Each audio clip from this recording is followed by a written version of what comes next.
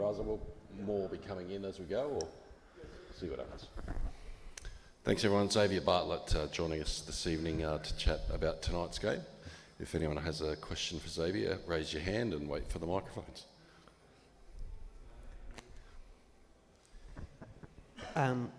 What do you think, it was a tough day for Australia today, what do you think went wrong? It looked like from start to finish Pakistan seemed fairly comfortable.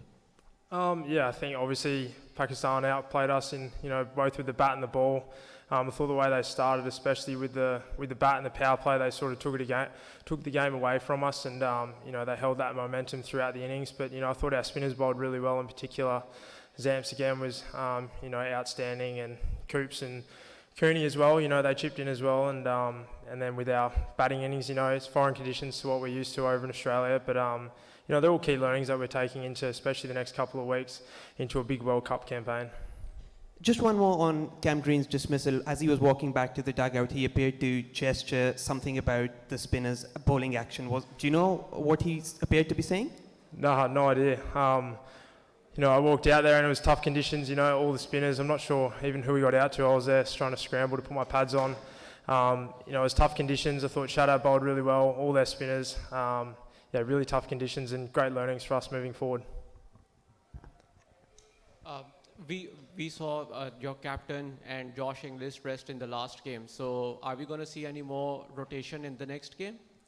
I'm not sure. It's one for the selectors and the coach. But, they had a big bash campaign. Obviously won with the Perth Scorchers and, got off the plane, 24, 48 hours before the first game. So they were just resting up. But, I'm sure that we'll see them tomorrow night. And, big campaign from those two in particular coming in the next couple of weeks.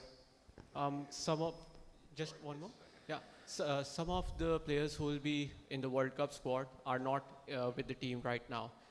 Does it sort of impact the preparation for the World Cup, because probably you're not able to play the combinations, or probably give your final 11, which the captain or coach might have in mind, a final go in a competitive match?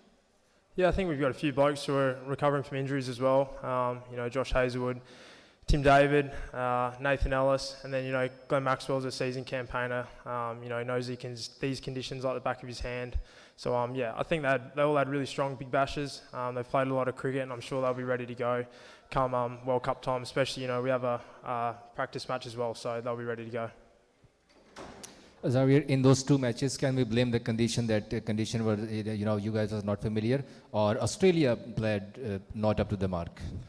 Oh, I think we would have liked to play better, but especially with the bat and ball, definitely some learnings to take from this, especially leading into the next couple of weeks. Subcontinental conditions. But I think we've got to give credit where credit's due. Pakistan played unbelievable, both bat and ball. So we'll be better for the run, and hopefully you can at least take the series to 2-1 tomorrow. Any words on the forceful changes today? Like Pat Cummins is not part of the T20 World Cup due to the injury, and the other guy Atsu Matsi shot. Pat Cummins is a big out. Captain of the ODI and Test team, one of the best bowlers probably ever. So he's a big miss, and I guess sure he's a class player, and I'm sure that he'll be back bigger and better than ever.